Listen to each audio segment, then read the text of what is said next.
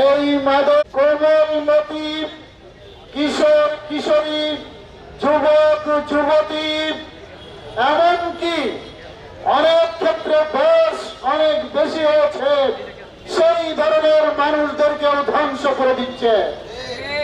সম্মানিত ভাইয়ের আমার, আপনারা কুফল সম্পর্কে অবগত আছেন যে পরিবারের একজন কিশোর কিশোরী বা যুবক মাদক এবং নেশা আসক্ত হয়ে গিয়েছে, সেই পরিবারটা জাহান্নামের অগ্নিকুণ্ডে পরিণত হয়েছে।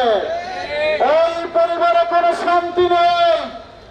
ওই কিশোর কিশোরী যুবক যুবতী যখন নেশার টাকা পায় না, মাদক সেবন করার টাকা পায় না, ঠিক তখনই সে তার পিতা মাতা পরিবার পরিজনের উপরে আঘাত আনে। আমরা খেয়াল করে দেখেছি ওই পরিবারটাকে তার সে ধ্বংসের দ্বার প্রান্তে নিয়ে যায়। সম্মানিত ভাইয়ের আমার, এই সমাজে যত ধরনের অন্যায় অপরাধ, হত্যা, খুন, মারামারি, দখলবাজি যা চলছে তার পিছনে যদি আমরা কারণ কি খুঁজে বের করার চেষ্টা করি তাহলে দেখতে পাবো তার পিছনে ওই মাদক ছাড়া আর অন্য কিছু নেই। তাদেরকেও সজাগ হতে। চলো লড়ি একসাথে মাদকের বিরুদ্ধে। চলো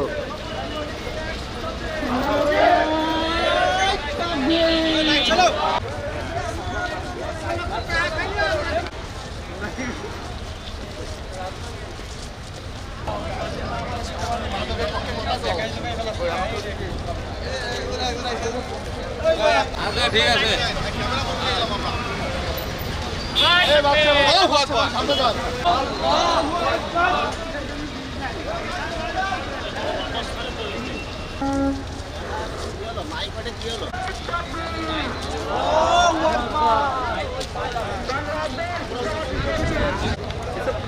দাদা